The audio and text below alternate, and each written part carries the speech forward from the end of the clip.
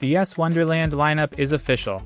We'll chat through all the matches today, make some winners picks, and dissect the press conference for the event.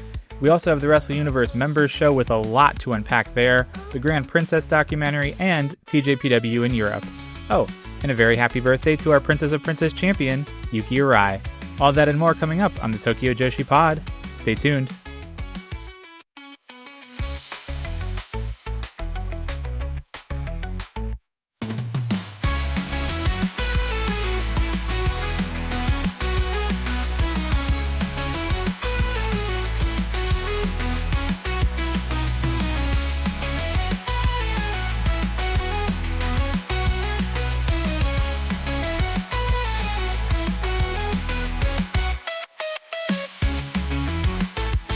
Hello to all you big children out there. Konnichiwa, and welcome to the Tokyo Joshi Pod, your weekly dose of everything TJPW. I'm your host, Andy Zyke, and Stardom All-Star Grand Queendom has come and got... Wait, wrong promotion. This is a TJPW podcast? Oh, forgive me. Terrible opening jokes aside, I do want to give a quick shout out to a very great Stardom pay-per-view. I always like to say, credit where credit is due, and if you are a Joshi wrestling fan as a whole, I'm sure you caught the Stardom show over the last weekend. 8,000 people in attendance is just incredible stuff. As they say, a rising tide lifts all boats, and there's no denying that Joshi wrestling is super hot right now, and we see that across really all of the companies. So I wanted to start off with that awful joke and a quick shout out to Stardom for a wonderful show. Thank you all so much for tuning in today. Huge week for the podcast. Last week's episode featured our interview with Alexis Lee. If you haven't given that one a listen yet, please do. Alexis was so great to chat with. Also, on Monday, put out another interview with Ref Mike. That's another great one, really worth your time. And thank you to all of you who have already listened to it and had such nice things to say about the interview. I know Mike is very pleased to see all the positive reception he's getting as well. So thank you all for tuning into that one. And if you haven't checked it out, please go find that in your podcast feeds. And then just the other day on Wednesday, I released a second monthly bonus episode recapping my Las Vegas trip, talking all about all of the shows that I went to, the meet and greets that I went to, all of the food that I ate, so much food. I had a lot of fun recording that, kind of reliving my trip. Hopefully you all enjoy listening to it. I remember a handful of you made such nice comments about the Texas recap episode that I did, so hopefully this provides a similar experience for you. Whether you went to Las Vegas yourself and you want to relive your time in Vegas, or if you weren't able to make it out and you just want a firsthand account of some of the really cool stuff that went down during WrestleMania week. We've got so much more coming your way today, though. We need to preview Yes Wonderland, which is our next big Korakuen Hall show happening on May 4th. We also have to talk the press conference for that show that went down last week. We're going to unpack the absolutely wild card that is the Wrestle Universe Members Only show. I know that show did already occur, however, it is not yet posted onto Wrestle Universe, so we're going to preview it this weekend. We're not going to talk about the results, and then on next week's show, we will review that in a little bit more depth, and I'm sure we'll have a heck of a lot of fun talking about that one. In addition to both of those items, we also have to chat about the Grand Princess documentary. I finally watched that. It was phenomenal, so I want to spend just a few minutes talking about that. We have to review the latest Shinjuku show, and we got to cover TJPW's European tour, so a whole lot to dive into today. Let's waste little time and jump right on in. It's a lighter news week, so really all I want to do is just use this segment to talk about the Grand Princess 2/6 documentary that was put out on YouTube. TJPW released this last Saturday, I want to say. It's about 80 minutes long, so it's a pretty hefty documentary. This was wonderful. It was so well made. The music in it was great. It's emotional. It's powerful. There's a lot of depth to it. It's basically like the Netflix show Unreal, but for TJPW fans.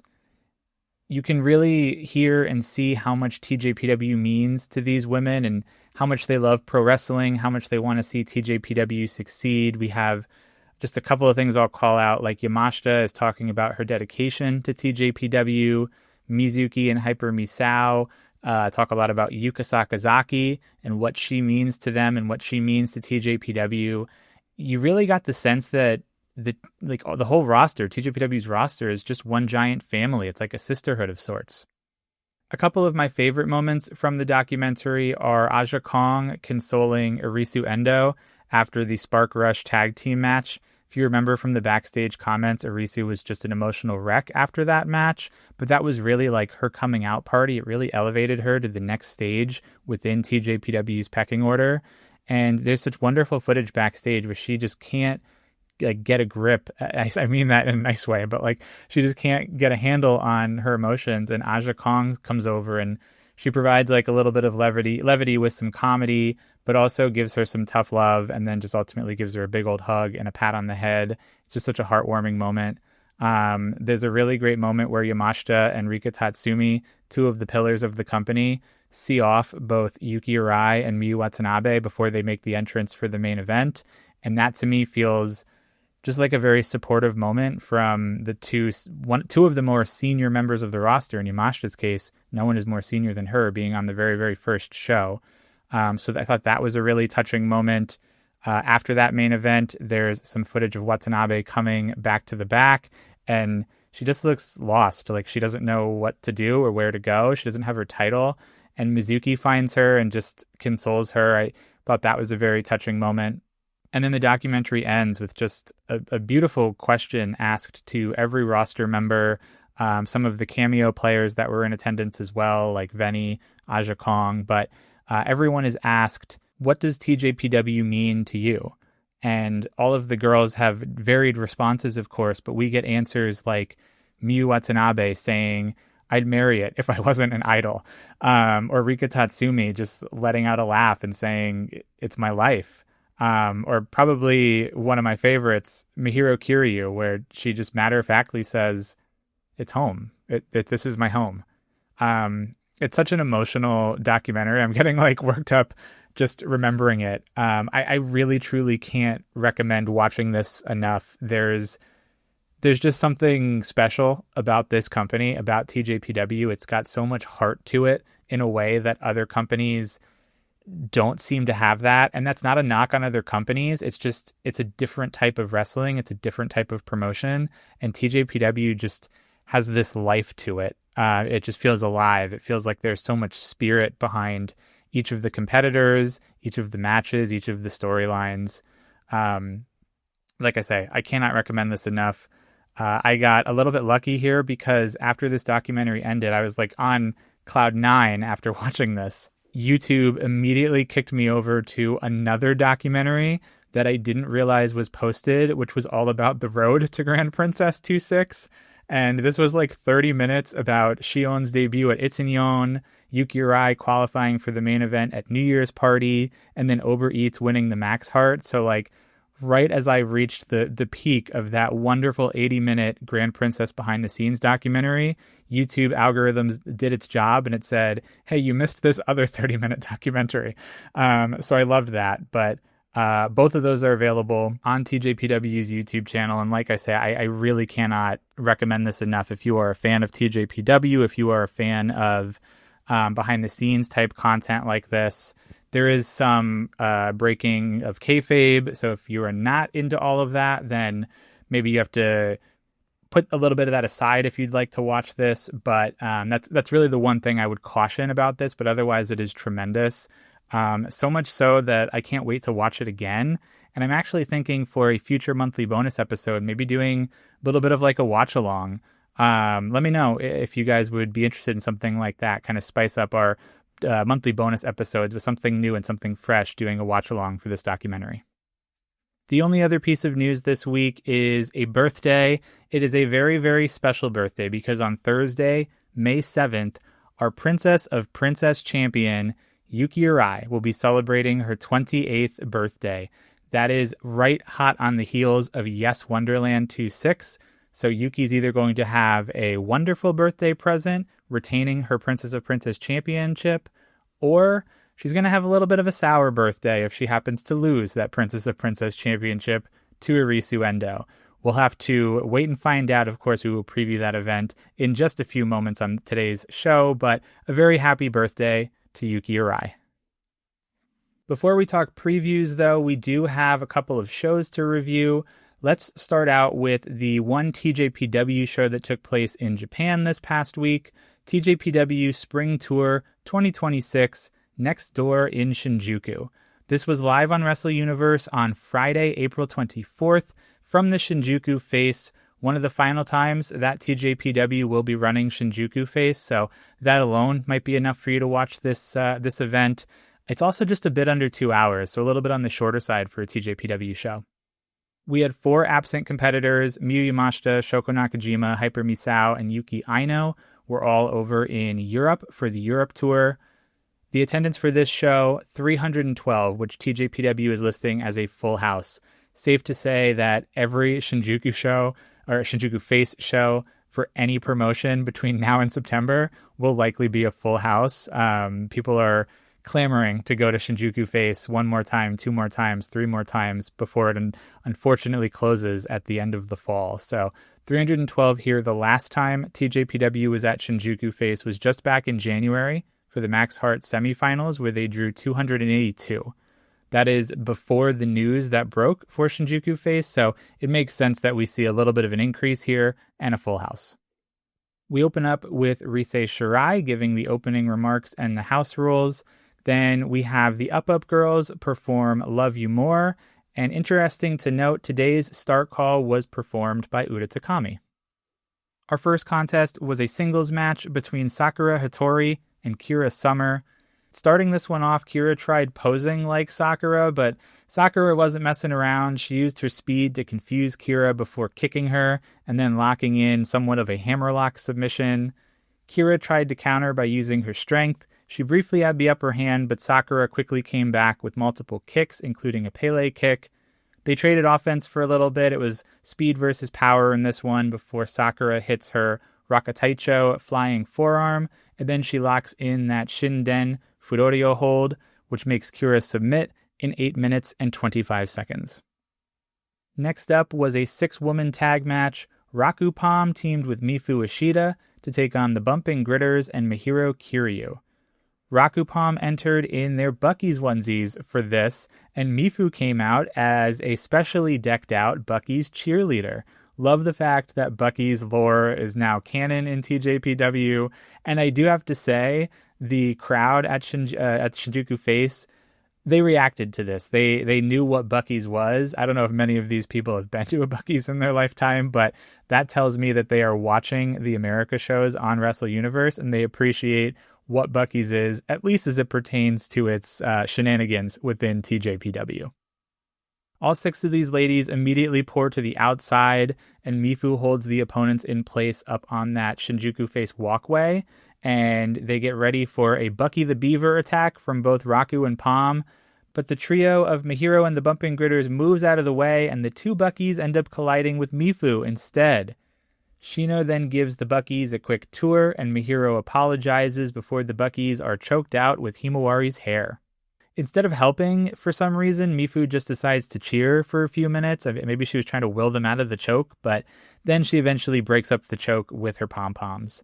Raku then hits the Buckies edition of the Oyasumi Express, and Palm scares off the other team with her scream. We get a little bit more Bucky's-based offense before Mihiro is able to hit a spinebuster on Mifu, pick up the win in 12 minutes and 21 seconds. Our next contest was another singles matchup. Yuki Kamifuku went one-on-one with Chika Nanase. Kamiyu tried to use her size to the advantage early on here, but Chika would power her way around Kamiyu, which was really starting to frustrate and annoy Kamiyu in the early going here. At one point, Chika was actually able to lift up Kamiyu for a power slam, hit her with a dropkick in the corner, and then she connected with a really stiff elbow butt, but she only got 2. A second power slam from Chika is met with a big boot, and then a dropkick from Kamiyu, who then hits her springboard big boot, but only gets 2 herself. Nanase fights back one more time, almost locking in that modified Inari Tori, but Kamiyu rolls it through, ends up hitting a brainbuster and then the Famouser for the win in 7 minutes and 30 seconds. We then saw a traditional tag team match. The team of Mizuki and Uda Takami took on the young rookie team of Ren Kanatsu and Shion Kanzaki. Mizuki doesn't shake hands because the rookies have to earn her respect, am I right? Uda and Shion start this one out, but Mizuki quickly tags in, and then she taunts Ren to enter the ring.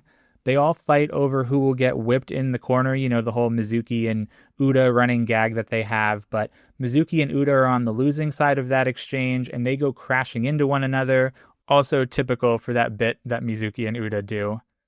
Uda and Mizuki quickly gain back control, beating up on Shion before Ren re-enters and gives Uda a Kanatsu Crush. That's that one-legged code breaker that she does. Uda manages to dodge the Ares Comet, tag in Mizuki, who has a pretty nice exchange with Shion. Shion's really, we say this so many times in the pod, but Shion is really, week by week, show by show, gradually improving. There's something special with Shion in the future. The rookies nearly get the upper hand on Mizuki, but her and Uda end up executing some nice double team moves, which allows for Mizuki to hit a diving double foot stomp and then win via submission against Shion with a move that TJPW has labeled the Southern Cross. It's kind of like her crossface in a way, but I don't know why they called it something different. I've never seen it called the Southern Cross before. Maybe it's a new name for the move. And I just realized I actually didn't write the time down for this one. So let me not quickly look that up, and let me pretend that it is in my notes, 10 minutes and 43 seconds. Our semifinal was another tag matchup. Daydream on one side took on Wakana Uehara and Toga on the other side. Basically a tune-up match for Daydream for Yes Wonderland. Wakana and Toga get the quick upper hand on Rika, but that doesn't last for too long as Rika chokes her way onto the advantage. Daydream then takes the action outside of the ring.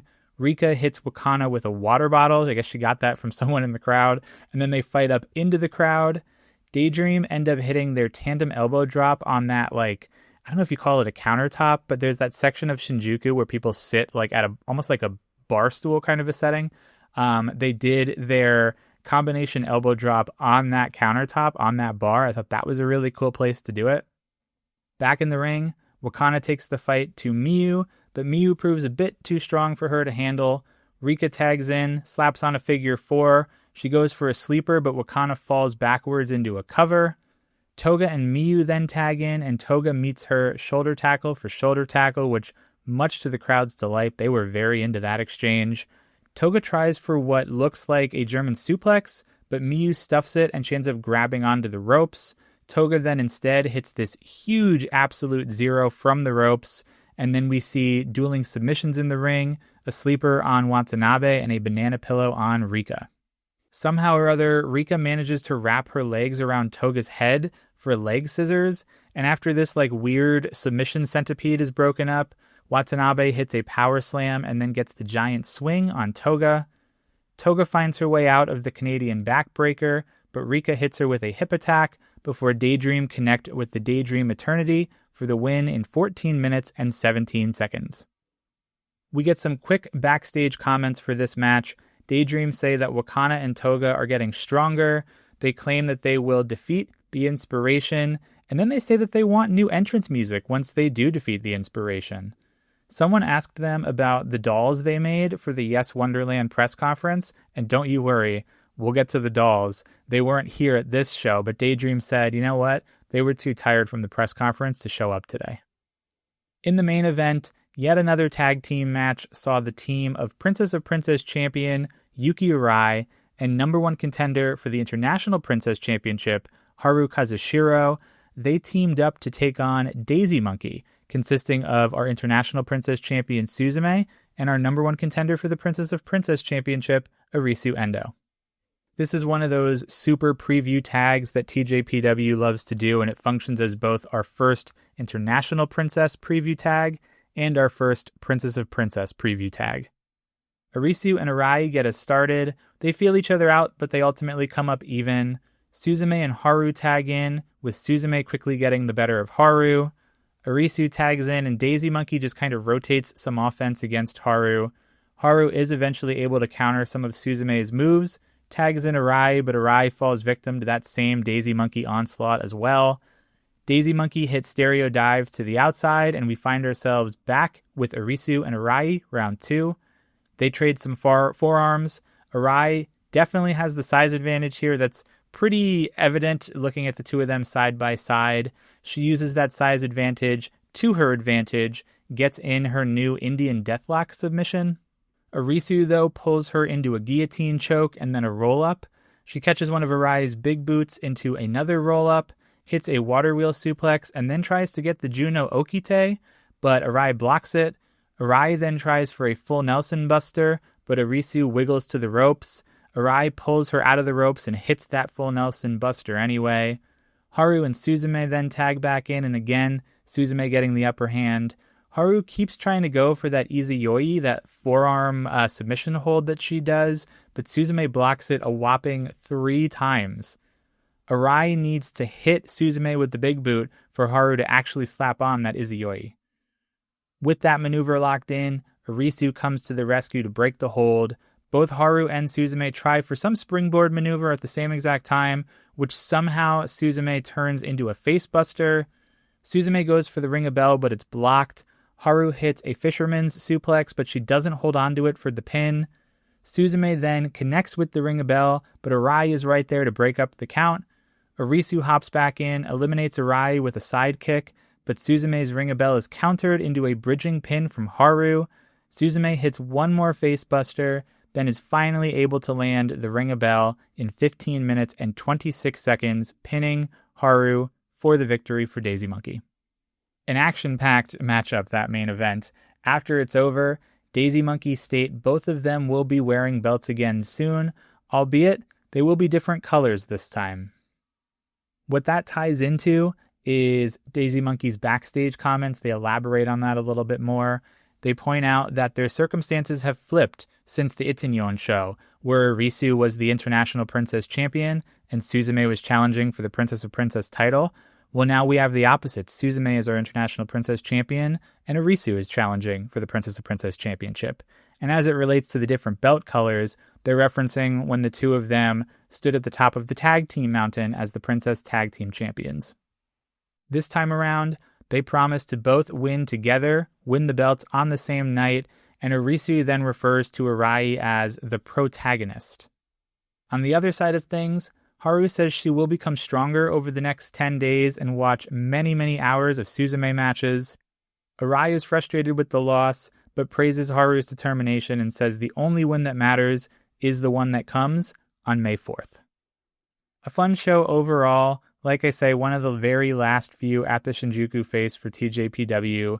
The last 2 tag matches I thought were really, really good, and this is like probably our only preview for both of the main singles titles. There's a little bit of comedy in there as well, with Bucky's making its Japanese debut, and again, love that that's canon.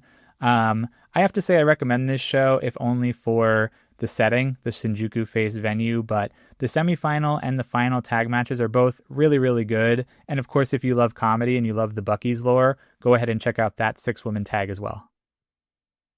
Now, the next event that I want to talk about took place well far away from Japan, all the way over in London, as a matter of fact.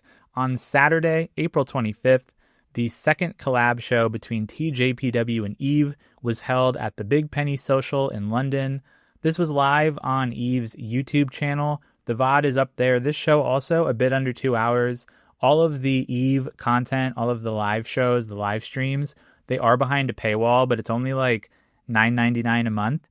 So well worth spending $9.99. You can watch this. You can watch the Wrestle Queendom show, the Girls Behaving Badly show. And then, of course, EVE has this vast, vast catalog of former events when Yamashita was their singles champion, Yu was their singles champion. So much you can explore for only $10. It's almost worth the value that Wrestle Universe provides as well. Of course, there were only 4 wrestlers here from TJPW: Yuki Aino, Shoko Nakajima, Hyper Misao, and Miyu Yamashita. There was no attendance reported for this event. And then if you are curious, the very first collab show between TJPW and EVE took place all the way back in August of 2024. We open with some brief opening remarks from the ring announcer, and then we kick right into gear because this show functioned as a one-day tournament of sorts. A very small tournament, but this was a tournament to crown the number one contender for the EVE International title. So our first matchup was a semifinal contest for that tournament. Shoko Nakajima took on Holly Barlow. Shoko had a few streamers to start off. They did start with a handshake as well. We had a bit of chain mat-based wrestling to kick us off. Both women were very, very evenly matched. Shoko ramped up the pace with some speed, which caused Holly to head to the outside, kind of take a little bit of a timeout. Shoko briefly takes control with the 619 near the corner and hanging Holly under the bottom rope. They then trade topes to the outside. Holly hits a cutter, and both women end up doing the spot where they're both down. We reach the 5-minute mark, and both of these ladies just ramp up the pace because they are running out of time, and you know this isn't going to a draw. Shoko hits a 619, only gets a 2. Holly then connects with an air raid crash, followed by a flying elbow drop, but she only gets 2. She ends up missing a moonsault, and Shoko responds to that with a Hurricane Rana and a drop kick, and then Shoko hits the double underhook DDT and her flying senton for the win in 13 minutes and 20 seconds. After, they shake hands, bow to each other as a sign of respect, and Shoko moves on to face the winner of our next matchup, the other semifinal matchup for this EVE number one contenders for the EVE International title between Miyu Yamashita and Alice Inc., the Scandinavian Hurricane. Although I think she's now calling herself something different because they didn't announce her as the Scandinavian Hurricane. But that's neither here nor there. Yamashita did get a little bit of streamers as well. They also start out with a handshake. Bit of a feeling out process as the match gets underway. They trade kicks, but Miyu then grabs the advantage with a flurry of kicks and knees, causes Alice to bail onto the outside. That timeout is helpful because back in the ring, Alice takes control with a flurry of her own kicks. The two then trade some headlocks and some judo throws. They continue kicking each other. You sense a theme here for this one. And they eventually kick each other down at the same time. Alice hits a top rope Hurricane Rana, but misses a spinning, diving crossbody from the top rope. Miyu capitalizes on that with a skull kick. In 10 minutes and 30 seconds, she moves on to face Shoko Nakajima. While both Miyu and Shoko were taking a breather before their main event number one contenders matchup, we had a singles match between Hyper Misao and Riho. Misao also had a few streamers, and of course she does her pre-match mic performance. She says she's here to save the UK. She asks for a clean handshake with Riho, but instead she kicks her right in the gut. That only ticks Riho off, who starts out in control using her power to her advantage. Misao is able to counter with some cold spray and trap Riho in the ring apron. They fight outside the ring. Misao puts Riho on a chair and ends up grabbing a miniature version of the Hypermobile from the back. It was very adorable. Riho moves at the very last second, which sends Misao flying into the front row. Back inside, it is all Riho, who is thoroughly frustrated with all of the antics by now. Misao does manage to fight back with a handful of crossbodies, including one to the outside of the ring. Misao goes back to the bike, and she connects with Riho this time. Back inside, she tries for yet another crossbody, but Riho rolls through. Misao wiggles out and into a chicken wing facelock, but Riho slams her into the corner. They forearm each other for a little bit. Riho tries for a package pile driver, which is countered into one last ditch effort, a La Magistral from Misao. She only gets 2. Riho eventually lands that package pile driver, beats Hyper Misao in 13 minutes, 40 seconds. Afterwards, Riho puts a little bit of insult to injury. She rides the Hypermobile and then tosses it off to the side. We had one more matchup before we get to our number one contender finals tournament match. We had a tag team contest. Lucy Sky teamed up with Yuki Aino, and on the other side, we saw Session Moth Martina and pulling double duty herself, Alice Inc. Originally, this was supposed to be Moth Martina and Emerson J teaming together, but they made some announcement as to why Emerson J was not in attendance. I don't know if it was storyline or what. Aino, definitely the one with the most streamers by far on this show. Aino starts out with Session Moth, and Moth refuses to share her beer with Aino. It takes a little bit of convincing, but eventually she allows Aino to take a swing, but Aino drinks too much and she gets a little bit tipsy as we get underway. Aino starts stumbling around, missing the lockup every time they go to lock up. Session Moth tries shaking some sense into her, and then Aino becomes a very happy drunk and she gives Moth a huge hug. She falls asleep mid-hug though, so Moth hits her with a really stiff shoulder tackle, and then in turn, that turns Yuki Aino into a very angry drunk. Alice tags in and has a hard-hitting exchange with Aino. Aino seems to have very quickly sweat out the alcohol here. Lucy is then very quickly over her partner's antics. She tags herself in. She's like, enough of this. That happened a few times as the crowd would chant for Aino. Aino would re-enter the match, get a few moves in before Lucy was like, I want to do this myself, and she would tag Aino out. Eventually, Aino gets frustrated with Lucy to the point where she doesn't care about her partner anymore, and she lets Alice and Moth hit some tandem offense and then pin Lucy in 11 minutes and 22 seconds. After the match, Lucy didn't take too kindly to that, and she tried to attack Aino, but she ends up suffering a 3-on-1 beatdown at the hands of all the other ladies, and then Aino walks out, finishing her beer. And then in our main event of this EVE TJPW collab, the number one contendership was on the line in the tournament final for the EVE International title, Shoko Nakajima one-on-one with Miyu Yamashita. Both ladies received some additional streamers here in the main event. Shoko started out targeting Yamashita's legs, which is a very smart strategy. You take away her legs, you take away the vast majority of Yamashita's offense, but Yamashita is able to use some of her judo tosses and her strength to gain the quick upper hand, kick Shoko in the back while she still can. Shoko counters with her speed, tossing Yamashita to the outside. She tries to hit her with the tope, but Miyu meets her with a kick right to the head. Miyu then drags Shoko around the outside of the ring, just basically kicking the crap out of her to everyone's enjoyment. Shoko finds her way back into it with her speed once again, hitting a Hurricane Rana, and then connecting with the tope on the second attempt. Yamashita, though, she knows her all too well. She anticipates a lot of Shoko's offense and nails her with a huge lariat. It seems like Shoko says, well, anything you can do, I can do better, or perhaps a more fitting analogy, hold my beer after the last match, because Shoko is also able to anticipate a lot of Yamashita's offense. She ends up catching the return crush with a 619 in a really cool counter move. The remaining 5 minutes is both ladies working at warp speed, hitting each other as hard as they can, and countering each other move for move. Yamashita is eventually able to hit 2 Crash Rabbit heats and pins Shoko in 15 minutes and 53 seconds to become the number one contender. This show overall, not a full showcase of TJPW, obviously only 4 people were there, but still a great taste of some of their top talents. Of course, they end it with Shoko and Miyu, right? You really kind of give the crowd their money's worth with that matchup. It was almost like you could see that coming on paper when they announced the first 2 matches. I have to say, though, this is very easy watching. It's less than 2 hours. It's also very easily watchable on YouTube. And with Yamashita becoming the number one contender, she moves on to face the current EVE International Champion. I believe it's in June. I have it in my notes here for the excursions section later on today. Chris Statlander. That's going to be one heck of a matchup. Miyu Yamashita one-on-one with Chris Statlander. TJPW held a second collab in Europe this week on Sunday, April 26th from the Sporting Sassate in Milan, Italy. TJPW and SAJ had a collab show.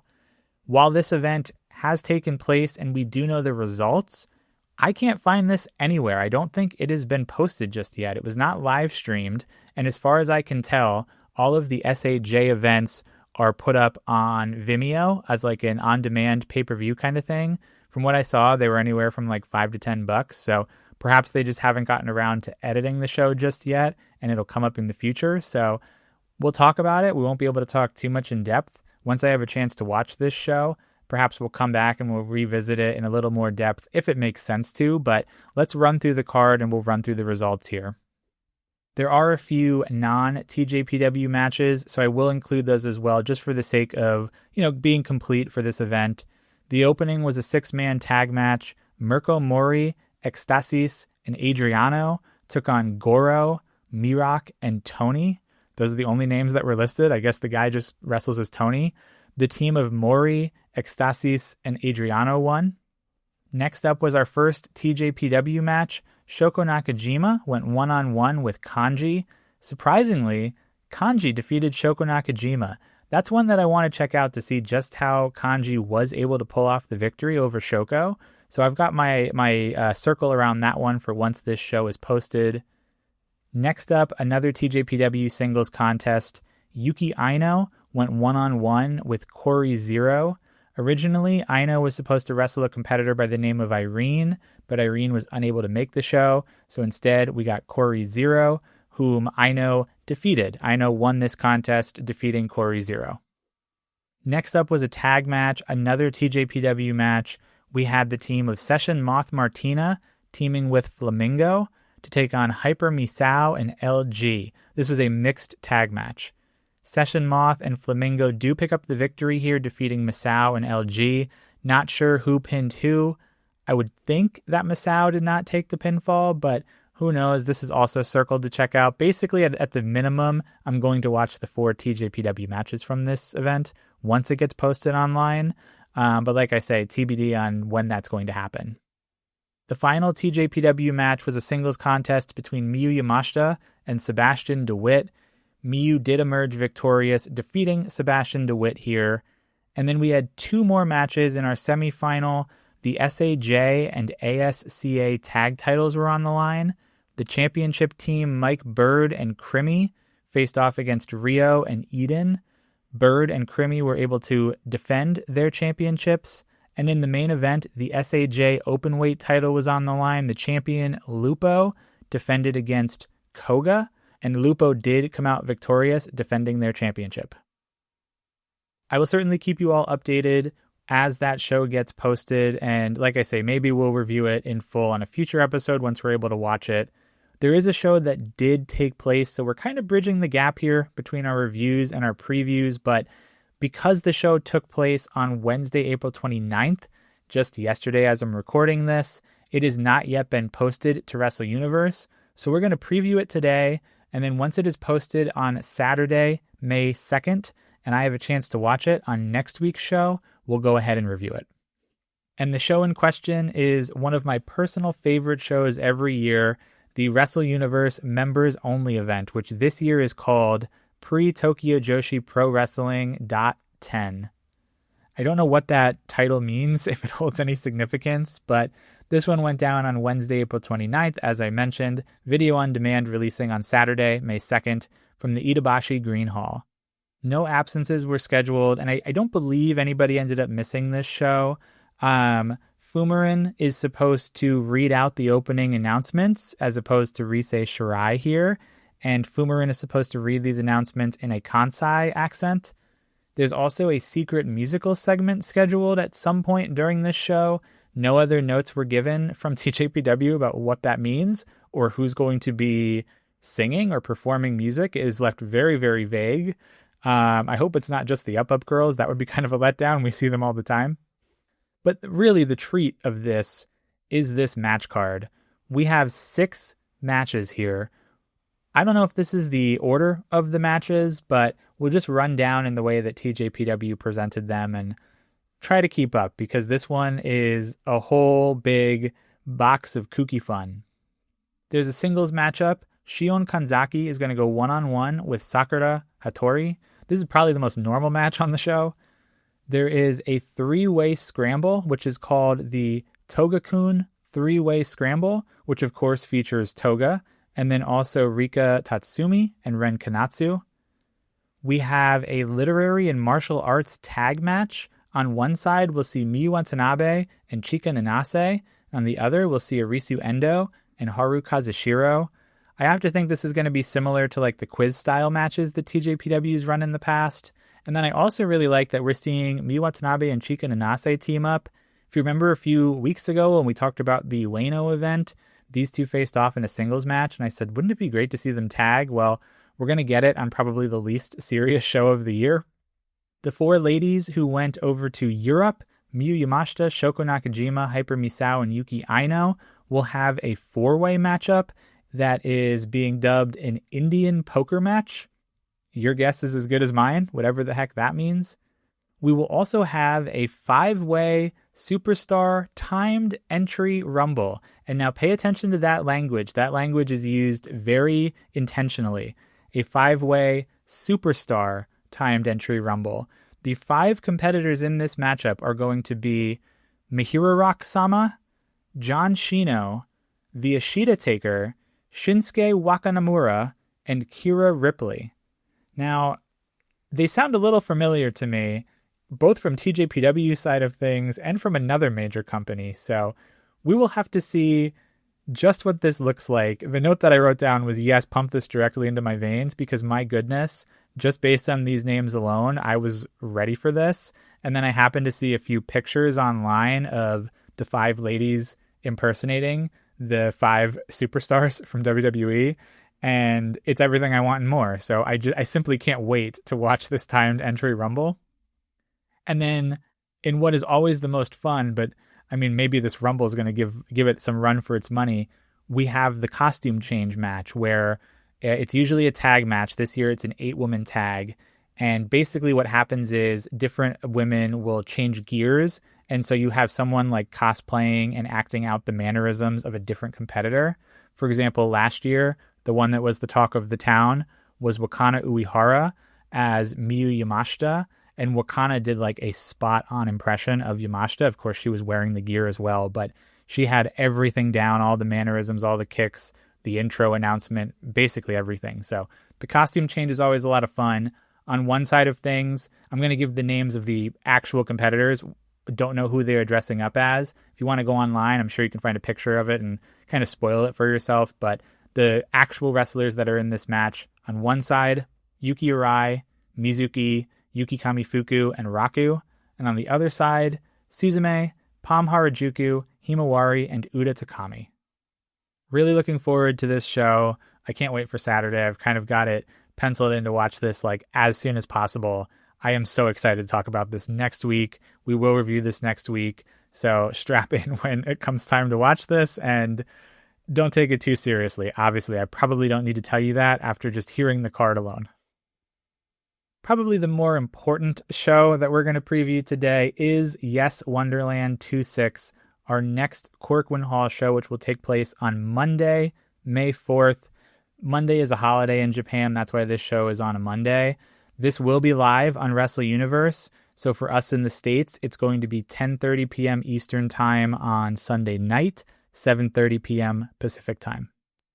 Mifu Ishida will unfortunately be absent from this event. TJPW just listing schedule conflicts.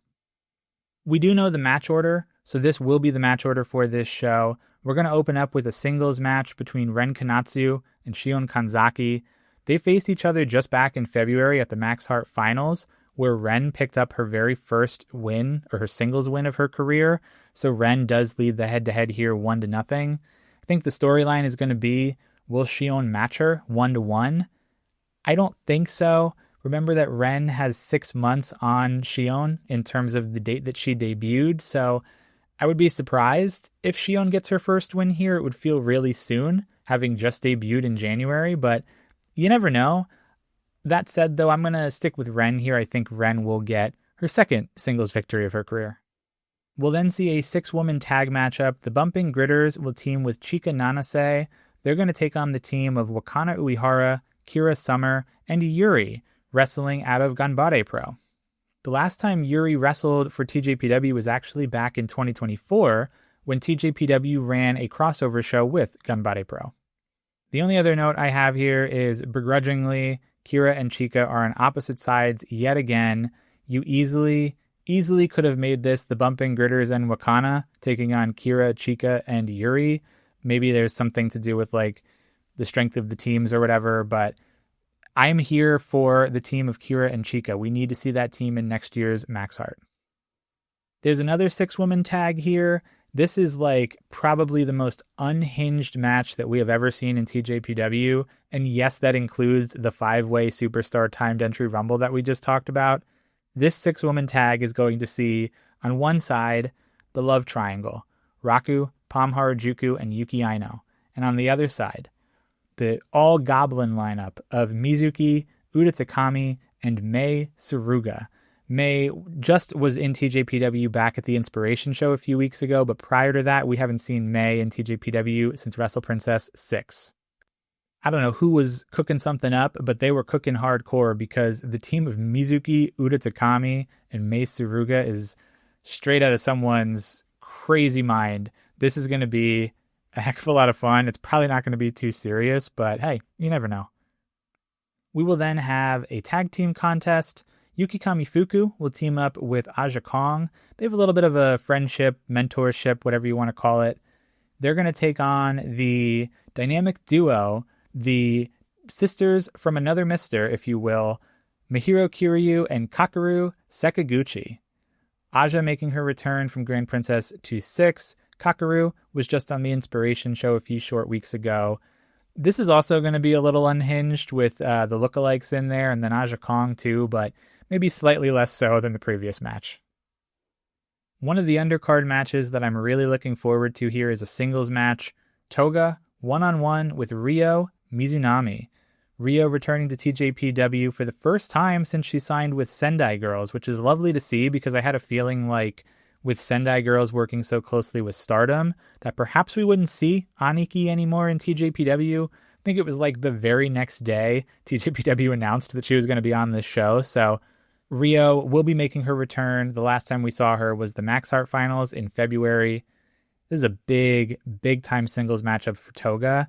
This one's going to be really hard hitting. I can't see Toga pulling out the victory here. It's probably going to be Aniki, but what a test that Toga has here. The hits just keep on coming with this undercard, though, because we're going to have a tag team match. Kiraku Kiyome is going to team up to take on the returning together for the first time since the end of February, Kick Slash. I'm really curious to see how Kick Slash looks now that it is Yamashita and Hattori instead of Yamashita and Toribami. I kind of feel like they might look better. Is that crazy to say? I don't know. Sakura is like much more striking based and much more methodical and deliberate than Toribami was. So I'm really curious to see this. I'm excited that Kick Slash is back together. I think that was like the $1 million question that a lot of people had when Sakura/Kaya underwent her character change. Will Kick Slash continue to team together? Because they had so much momentum that they were kind of building up. Yes, they didn't make it too far in the Max Heart tournament, but they were getting a lot of wins under their belt. You could really see Kaya was improving quite a bit, learning under the wing of Yamashita. Well, let's see what this looks like. I'm really, really curious. Like I say, I think they might look a little bit better, but we'll just have to wait and see. And that's one heck of an undercard, but there are still the 3 title matches that we have here. And how we're going to preview these, I'm going to talk about, of course, our traditional way that we preview. We talk about the number of defenses, the head-to-heads, the previews. We're also going to talk about the press conference here as well. So our first title matchup, the International Princess title will be on the line. Suzume, in her second defense, will be taking on Haru Kazushiro in her first challenge for this title. Suzume defeated Sakura Hattori in her first defense back in Las Vegas, and she has held this title for 33 days as of the date of my recording. These two have met a whopping 4 times before, all back in 2023. Suzume is 4-0 against Haru. They also had that one preview match that we just talked about where Suzume picked up the pinfall victory over Haru, so she leads the previews 1-0. And then I will note, Haru qualified for this matchup by winning a 6-way number 1 contenders match back at the Ueno show. The press conference saw both women give a few remarks. Haru says that the match is a chance to stop looking at the future and focus more on the present. She invokes a lot of Suzume's words, where Suzume says often that TJPW is a place to become who you want to be. And so she invoked that here, maybe playing a little bit of mind games, but maybe just tying into her overall theme of looking at the future, pausing, looking at the future, focusing on the present. It was very theoretical, her comments. Suzume's as well were a little bit all over the place. Basically, Suzume just compared this reign to her first International Princess title reign, saying that she feels she's a little bit stronger now after her experiences like challenging for the Princess of Princess title. I think this will be a pretty good high-speed type contest, but I do think it suffers a little similarly to the way that like Toga's challenge suffered against Mirai, or Uta's challenge suffered against Arisu. It just feels too soon for Haru in her career to actually win this belt. Of course, Suzume just won this belt not long ago, so that's a factor as well. Because of that, I'm going to roll with Suzume. And Suzume also has a homecoming show 2 days later, so like imagine she loses the belt heading into her homecoming show. It's probably not happening. The Princess Tag titles are also going to be defended. The Inspiration in their second defense will take on Daydream. Daydream are a former one-time Princess Tag Team champions. Inspiration's previous defense was at the Las Vegas show as well against Korakuen Hall. They too have been champions for 33 days. No previews here, of course, with the Inspiration not being in Japan. The way that Daydream challenged for this was after the Live in Las Vegas event. Watanabe just walked up to the Inspiration and said, "I have a good friend that you want to meet, Rika Tatsumi." And that was how they got the challenge. Pretty easy pickings for them. Daydream was the only team at the press conference. They reference just how long it's been since they last held the titles, and they reflect on how much has changed in that time period. They want to keep growing by winning the belts a second time in their current form. Since the Inspiration were not in attendance here, Daydream decided to bring their own inspiration along in the form of little dolls. And they had these dolls that they then paused the press conference for 12 minutes to decorate these dolls in like only a way that Rika Tatsumi and Miyu Watanabe can. And then once these dolls were decorated, Daydream decided to mimic the poses and the voices of our champions. So they're really not taking this challenge too seriously. Either that or they feel very, very confident in their chances of getting those belts. This is one I could see still going either way. It depends how much mileage TJPW wants to get out of the Inspiration. Maybe they will keep them around through Summer Sun Princess in, I think it's July. That feels like a long time, although it is going to be May here pretty soon. But who knows? I'm gonna pick Daydream. They just feel like too strong of a team, at least according to TJPW canon.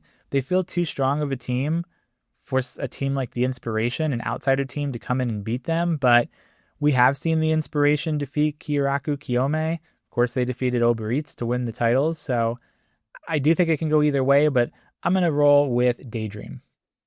And in our main event, the Princess of Princess title will be on the line. Yuki Arai in her second defense, going one-on-one with Arisu Endo in her first challenge for the Princess of Princess Championship. Arai's first defense, also back at Las Vegas. That was a jam-packed Vegas show. She defended against J-Rod. She too, champion for 33 days.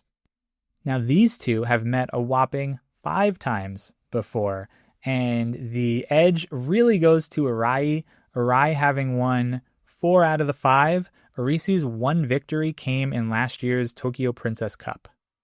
There was also that Super Preview tag, which Arai's team won, but neither of these two ladies factored into the final decision. Arisu issued her challenge after the latest Inspiration show. Now, here is the big storyline going into this before we talk about the press conference, because it will all connect in one way or another. This show, May 4th, is 5 years to the day that Yuki Arai made her TJPW debut. So all the way back on May 4th, 2021, Yuki Arai debuted. She teamed up with Miyu Watanabe in a tag team match, and who was on the other side of it? Arisu Endo. These two have a very strong friendship between the two of them. That has also been playing a factor here in the build-up. Both of them have been speaking to different media outlets and talking about their relationship, talking about Arai's 5th anniversary, her debut, all of that. At the press conference, Arisu again referred to Yuki Arai as the protagonist. She's basically relating it to like a narrative story arc, right? Like the person who is the forefront, maybe like the final boss in a way, if you will, saying that Arisu saying she wants to overcome Arai because Arisu, she is the adventurer. And she, as the adventurer, she wants to overcome the protagonist and become the protagonist herself. In Arai's comments, she reflected on her 5-year anniversary and how Arisu has essentially been with her since day one. They've spent a lot of time together out of the ring. Arisu has told this story in the media about how she was invited to make bracelets or something. That's the first time they hung out outside of the ring, and they've just been fast friends. They go for food all the time. So that's certainly playing a factor. The media was asking Arisu to kind of like rank her percentage of love for Yuki Arai versus love for winning the Princess of Princess Championship. And I think she said it was like 60-40. I want to say for the, oh gosh, I don't remember now. I'm going to misquote you all. I think it was for the belt, but it could have been for Arai. But basically she said it was 60-40. So this is like a whole thing going into this, is that, you know, I think this is going to play out in the match as in these two know each other very well inside and outside of the ring. Ultimately, I do think that this match is going to surprise some people. I think Arai's been on a bit of a different level since she's taken that belt. And then Arisu herself has leveled up after that tremendous Spark Rush tag match at Grand Princess. I'm going to pick Arai, though. I think knowing what we know, that this is her anniversary, this is basically a shoo-in for her. The story here is basically designed for Arai to come out, the champion here, defend on her 5th anniversary. It would be very weird for her to lose on her 5th anniversary. So I'm going to pick Arai. Again, yes, Wonderland will be live on Wrestle Universe. It goes down on Monday, May 4th, but it will be streaming in the US on Sunday night. Now, before I record next week's show, there's actually going to be one other event taking place, and that is Suzume's homecoming show called Back to the Hive on Wednesday the 6th. This, though, is like a similar design as the Wrestle Universe Members Only show, where it's going to happen before I record, but it's not going to be released until after I record. So I think what we'll do, instead of previewing it this week, because we've already talked so much, we'll save it for next week. We will preview Back to the Hive on next week's show, and then once it comes out that following Saturday, the following week's show will review it. So we're going to handle it similarly to the Members Only show. So a lot of TJ wrestling that we talked about. I want to talk really briefly about some graduates and excursions. The excursions have obviously tapered off quite a lot since Las Vegas was done. The one graduate note that I want to make is referencing back to my terrible joke here at the beginning. All-Star Grand Queendom went down on April 26th, and we had a singles match between two TJPW alumni. Maki Ito went one-on-one with Natsupoi, and surprisingly, Ito defeated Natsupoi. They were telling this story about their history, although I'll be the first to admit, I don't think they have a really storied, rich history in TJPW. They were only together, I think it was like a year and a half they overlapped. But regardless of that, Stardom did a very great job of making their rivalry feel important. And then, of course, there was a lot with like Maki Ito's cuteness gimmick. She had that Kawaii of Kawaii championship, and Natsupoi used fairy magic to burn it. It was fun. They opened up the show. It was a very good match. Surprised that Ito won, but later on they set up Ito to be the next challenger for the World of Stardom Championship. So I guess it makes sense when you look at it in that lens. On the excursions side of things, before we talk about a couple of the excursions that will be taking place in the upcoming month or two, I want to give a real quick hitter on some of the Vegas shows that we've been talking about for the last few months, because a lot of these are now available to watch. So I want to just briefly run down here the Pandemonium Pro Wrestling show, which had Alexis Lee on it, and then it had Natsupoi, it had Saya Ida. Very, very terrific show. I watched this one live. I have nothing but good things to say about it. You can watch that for free on the Pandemonium Pro Wrestling YouTube channel. I highly encourage you to go watch that. There was the Podermania show, where Toga wrestled in a tag team contest. That one's on Triller TV, so you do have to pay. It's a pay-per-view, or I think you pay monthly for Triller TV. That one you can probably skip, I'll admit. The match was just okay. But if you're a completionist, you can check that one on Triller TV. Bloodsport, which had Miyu Yamashita and Janai Kai, that is also on Triller TV. And again, that's the last Bloodsport for the foreseeable future. So perhaps you'd like to check that one out if you enjoy that style of match. The Pride Style Pro Wrestling show, which had Miyu Watanabe on it going one-on-one with Tanaya. That has also been uploaded for free on Pride Style Pro's YouTube channel. I highly encourage you to check that show out. The lighting, I talked about this in my my Vegas recap, but the The lighting for that event was kind of suspect at best. I don't know why they made that choice, but all that said, the match between Miyu and Tania is very, very good, so I highly encourage you to go and check that one out. And then the last show, Spark Joshi, the show that this pod was so excited to sponsor and so grateful to sponsor. That show is available on Triller TV as well. And I say this in the Vegas recap, I think it was the best Spark Joshi show to date. So I highly encourage you to check that one out as well. That had Sayuri Namba as the ring announcer. Natsupoi was there. Lexus Lee was there. Handful of other Stardom talents. And we also had some American independent talents and Jada Stone in particular as well. So the upcoming excursions that we have some really great ones here that we're going to be keeping our eyes on. On Tuesday, May 5th, Marvelous is going to be hosting their 10th anniversary show. I believe that this will be live streamed on Wrestle Universe. I know that Marvelous posts their shows on Wrestle Universe, but it's kind of a running gag that their shows are literally months delayed by the time they go live, or by the time they get uploaded on Wrestle Universe, simply because they typically air them live on a different service, I believe. So I think this one is live on Wrestle Universe. You can double check if I'm right or not by just looking at the schedule tab. But the reason I'm calling this one out, in addition to the variety of other tremendous matches that are on this 10th anniversary show for Marvelous, Miyu Yamashita is going to go one-on-one with Senka Akatsuki. Terrific match. I'm really, really excited to watch that one. Then on Saturday, May 16th, we have another anniversary, Aja Kong, celebrating her 40th anniversary at a show called Dreamfest Dream Festival.